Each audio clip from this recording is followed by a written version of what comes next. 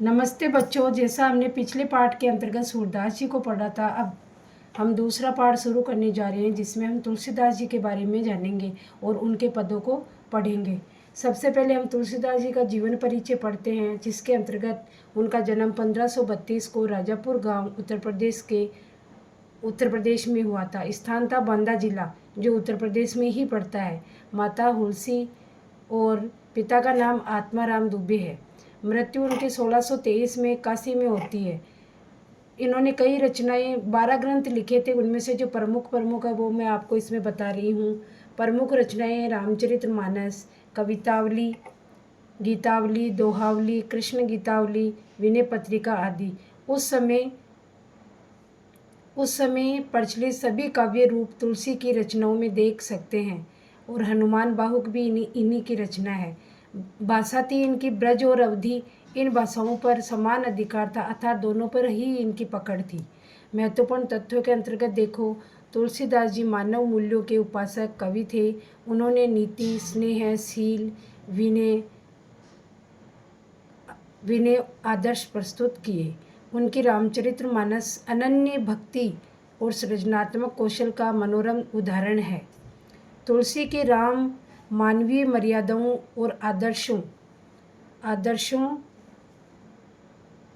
के प्रतीक हैं।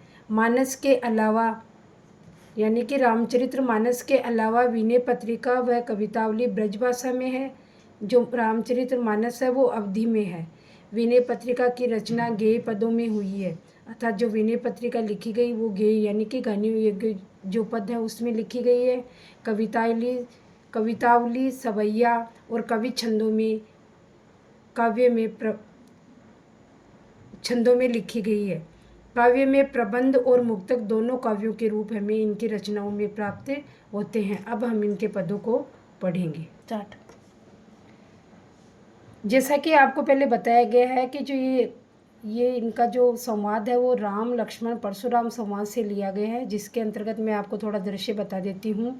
इसके अंदर क्या होता है कि राजा जनक के जो स्वयंवर के लिए जो आयोजन किया जाता है उसमें अनेक राजा आते हैं, और वो शिव का धनुष वहाँ रखा हुआ होता है। जो इस शिव धनुष को तोड़ेगा वही सीता माता से विवाह करने योग्य माना जाएगा। जैसा कि आपको चित्र में भी दिखाया गया है, इसमें राम और लक्ष्मण दोनों खड़े हैं और परशुराम जी का आगमन होता है, शिव धनुष तोड़ा जाता है, फिर उस पर वो क्रोधित होते हैं।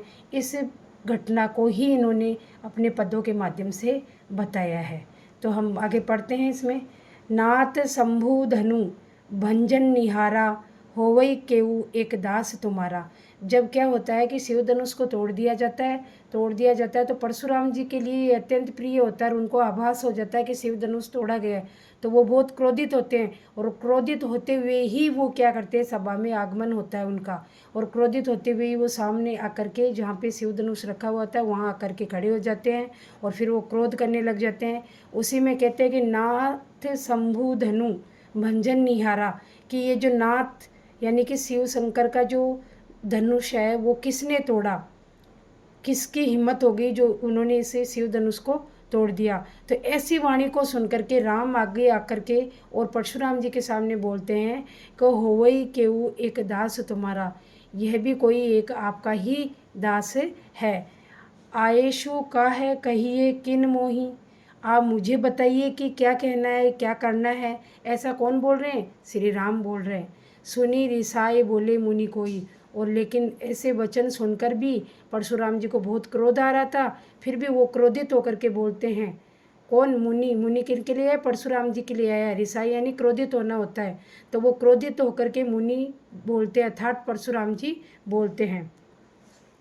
सेवकू जो करे सेवकाई, अर्थात परशुराम जी इनको कहते हैं कि सेवक वो नहीं होता जो अनित्य के कार्य करता है, अर्थात सेवक कौन होगा? जो सेवा करता है वही क्या होगा? सेवक होगा।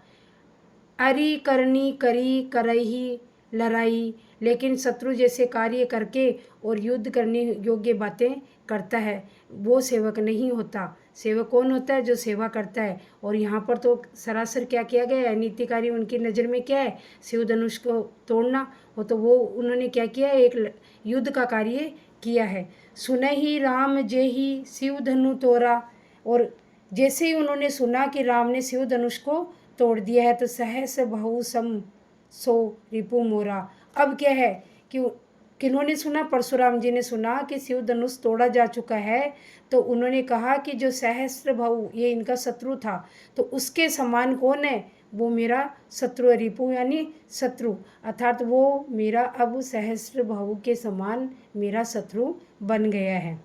सो बिल गाऊ बिहाई समाजा न ते मारे जे ही सब राजा। अब ऐसे वचनों को सुनकर के वो कहते हैं, बहुत क्रोधित थे और उनको पता नहीं था कि वो क्या कह रहे हैं। तो उन्होंने कहा कि जो राजाओं का जो झुंड बैठा हुआ है, अर्थात जो सभा में उपस्थित सारे राजा हैं, उनसे वो राजा क्या करे, अलग हो जाए, उस समाज से वो अलग हो जाए, नहीं तो सारे राजा मारे जाएंगे। सुनी मुनि वचन लखन मुस्काने। अब ऐसे वचनों को सुनकर श्री राम के पास में ही कौन खड़े थे, लक्ष्मण जी खड़े थे, तो वो क्या मुस्कुराने लग जाते हैं।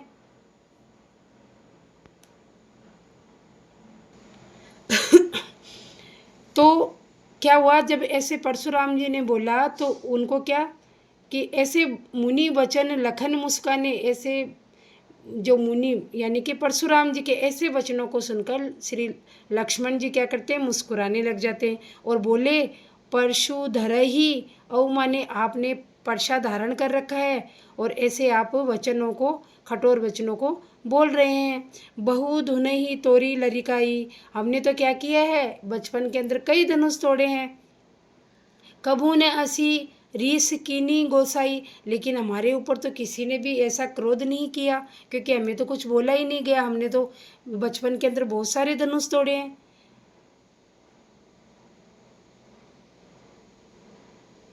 यों धनु पर ममता के ही हेतु, लेकिन आपकी इस धनुष पर इतनी ममता क्यों है, ये कौन कह रहे हैं, लक्ष्मण जी कह रहे हैं। किससे कह रहे हैं, परशुराम जी से कह रहे हैं कि आपकी ममता इसी धनुष पर इतनी क्यों है। सुनी रिसाई कहे भृगुकुल केतु, भृगुकुल केतु कौन है, यहाँ परशुराम जी है, उनके लिए इसका प्रयोग हुआ है।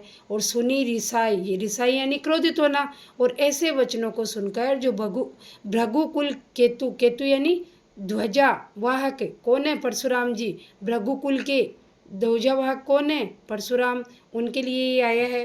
तो ऐसे वचनों को सुनकर वो क्रोधित हो जाते हैं। किसके वचन, श्री लक्ष्मण जी के वचनों को सुनकर वो क्रोधित हो जाते हैं, वो उनको भड़काने का कार्य करते हैं। कौन करते हैं भड़काने का कार्य, लक्ष्मण जी।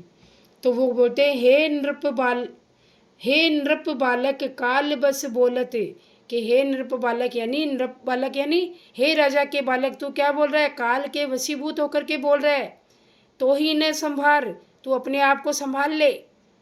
धुन ही सम त्रिपुरारी धनु विदित सकल संसारा, क्या तुझे पता नहीं है कि ये साधारण धनुष नहीं है, ये आल बाल धनुष नहीं है। वो कैसा धनुष है, वो त्रिलोक के स्वामी कौन है, शिव शंकर हैं, यानी शिव जी हैं, और शिव जी का ये धनुष है, ऐसा सारा संसार ये बात जानता है। तो इसके बारे में ये बताया गया। अब आपको ये समझ में आ गया होगा, दोबारा से आप पढ़ना, बार बार रिवाइज करोगे तो आपके समझ में आएगा। अब नेक्स्ट पार्ट है, ये हम कल पढ़ेंगे। धन्यवाद बच्चों।